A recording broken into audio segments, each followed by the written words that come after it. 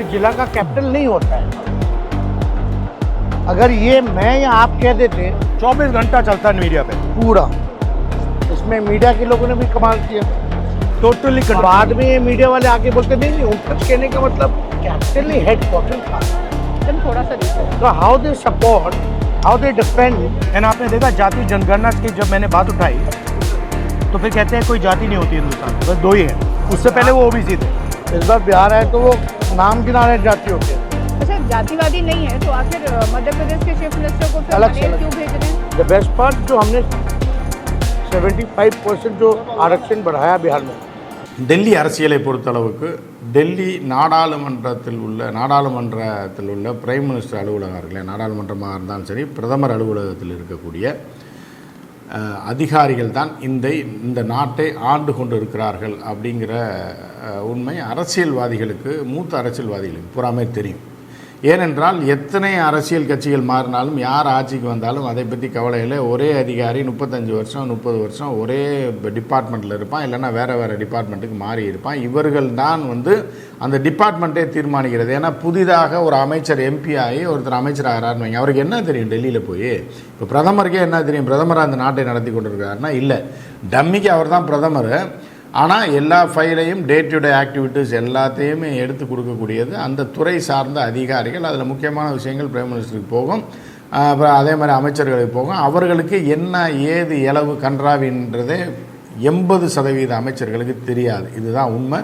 அப்போ இந்த அதிகாரிகள் அந்த அமைச்சர்களிடம் போய் நடிப்பார்கள். அப்படியே நிற்பான், ஃபைலோடு நிற்பான், ரொம்ப அப்பாவி மாதிரி.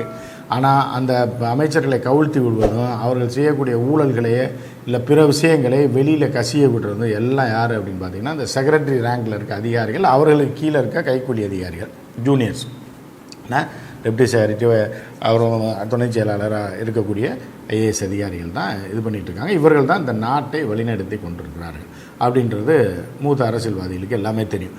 இப்போ என்ன அப்படின்னு பார்த்தீங்கன்னா, இவர்கள் எந்த பக்கம் சாயிறாங்களோ அப்போ அந்த பக்கம் ஃபேவராக ஏதோ நடக்க போகுது அரசியலில், டெல்லி அரசியலில் அப்படின்றத நம்ம புரிஞ்சுக்கலாம். ஸோ அந்த வகையில் என்ன அப்படின்னு பார்த்தீங்கன்னா, நீங்கள் எல்லாத்தையும் கண்கொத்தி பாம்பாக வாட்ச் பண்ணி, இந்த அமைச்சர்கள் அதிகாரிகள் இராணுவ அமைச்சராக இருந்தாலும் அவர்களுக்கு கூட இராணுவத்தில் என்ன நடக்குதுன்னு தெரியாது. அந்த துறை செயலாளருக்கு அது அத்துப்படியாக தெரியும் இந்த நேரத்தில் என்ன நடக்கும் அப்படின்னு கண்கொத்தி பாம்பாக அதை வாட்ச் பண்ணிகிட்டு இருப்பாங்க. ஏன்னா நீங்கள் பார்த்துருப்பீங்க, அதாவது ஒரு மாநிலத்தில் ஆட்சியை கலைத்தால் கவர்னர் ஆட்சி நடக்கும். கவர்னர் ஆட்சி நடந்தாலும் முதலமைச்சர் அமைச்சர்கள் இல்லாமல் அந்த மாநிலம் அது பாட்டுக்கு 6 மாதம் 1 வருஷம் ஆனாலும் எல்லா பிரச்சனையும் ஸ்மூத்தாக போயிட்டுருக்கு. அது காரணம் அதிகாரிகள்.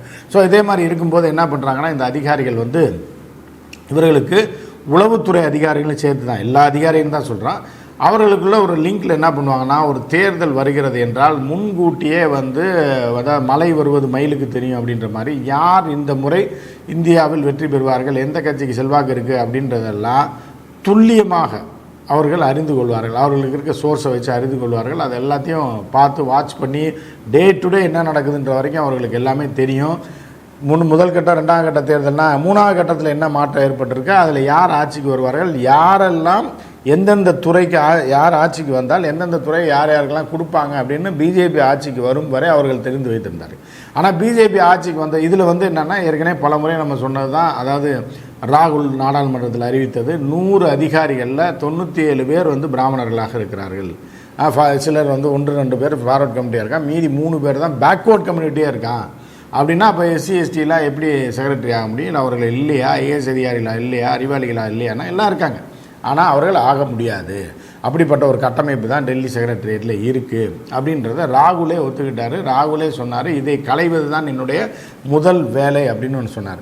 ஸோ இப்போ இந்த நேரத்தில் அவர்களை எதிர்த்தா எந்த அரசியல்வாதியாக இருந்தாலும் அழிச்சுவான், எந்த கூட்டணியாக இருந்தாலும் உள்குத்து வேலை பார்த்து ஃபைல்களை எடுத்து கொடுத்து அவர்களை வளர விடாமல் தடுக்கிறதும் ஏற்கனவே இருப்பதை அழிப்பதும் இந்த செக்ரட்டரிஸ் தான். இப்போ சுப்பிரமணிய சாமிலாம் திடீர்னு பேட்டி கொடுப்பாள், எனக்கு தெரியும், முந்தா நாள் பேசியிருக்கான், நேற்று இவர்கள் வரை சந்தித்திருக்காருன்னா அது யார் எப்படி 1 to 1 சந்தித்தது அவருக்கு எப்படி தெரியும்? அந்த பிஏ சொல்லியிருப்பான், அந்த செக்ரட்டரிக்கு சொல்லியிருப்பான், அந்த செக்ரட்டரி அந்த தகவலை சுப்பிரமணிய சாமி கடத்தி விட்டோடனே அவள் அங்கே உட்காந்துட்டு இவர்களை மிரட்டுவார். ஸோ இதுதான் அங்கே நடக்கும். இதுதான் நம்ம புரிஞ்சுக்கணும். ஏன்னா சுப்பிரமணிய சாமி போன்றவர்கள் போய் செக்ரட்டரியேட்டுக்குள்ளே உட்காந்து யார் எந்த இதுக்கு வரான்னு பார்த்துட்டு இருப்பானா? இல்லை. ஸோ இதுதான் வந்து அங்கே உள்ள செட்டப். அப்போ என்னன்னா வெளியில் லீக் அவுட் ஆச்சு அப்படின்னா இவர்களுக்கு ஆபத்து வரும், இவர்கள் பதவி போயிடும். இதனால தான் செக்ரட்டரிகள் மீது ஒரு அச்சத்தோடையே இருப்பார்கள் அமைச்சர்கள். அவ்வளோ சீக்கிரம் வந்து அவர்களை நம்பிவிடவும் மாட்டார்கள். அவர்கள் சொல்வதை முழுவதுமாக கேட்டால் அவன் கெதி வந்து அதோ கெதி தான், திருப்பி நாடாளுமன்றத்தையே போக முடியாது.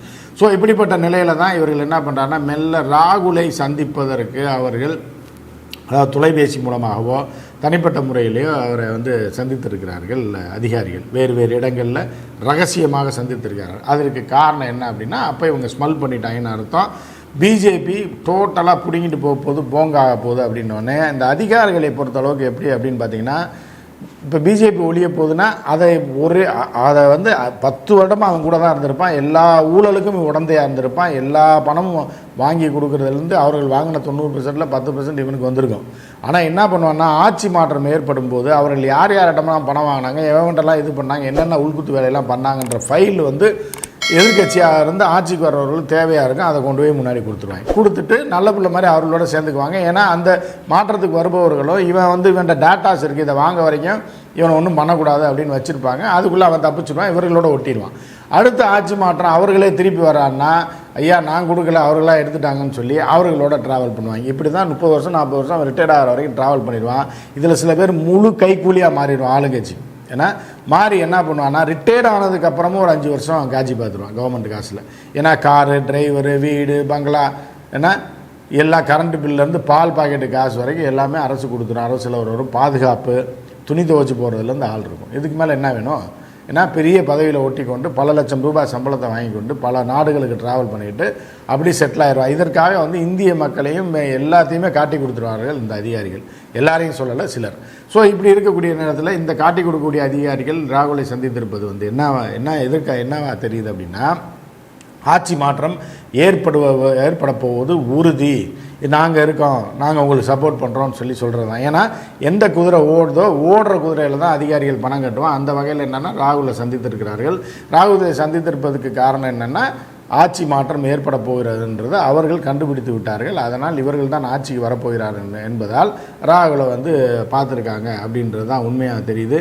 எனவே இந்த தேர்தலில் வந்து மிகப்பெரிய மிரட்டல் இருக்குது. மோடி வந்து கன்னியாகுமரியில் வந்து தியானம் பண்ண போகிறதுல மிகப்பெரிய ஒரு பின்னால் ஒரு பெரிய சதி இருக்கிறதாகவே பார்க்கப்படுகிறது. என்ன நடக்கிறது, என்ன திட்டம் போட்டிருக்கிறார்கள், என்ன செய்ய போகிறார்கள் என்பதே இந்திய மக்களுக்கே ஒரு அரசியல் தெரிந்தவர்களுக்கு ஒரு மிகப்பெரிய அச்சத்தை ஏற்படுத்தி இருக்கக்கூடிய இந்த சூழலில் இந்த அதிகாரிகள் இங்கே சந்தித்த உடனே எதிர்க்கட்சிகள் தான் ஆட்சிக்கு வரப்போகுதுன்னு மோடிக்கும் தெரியும்.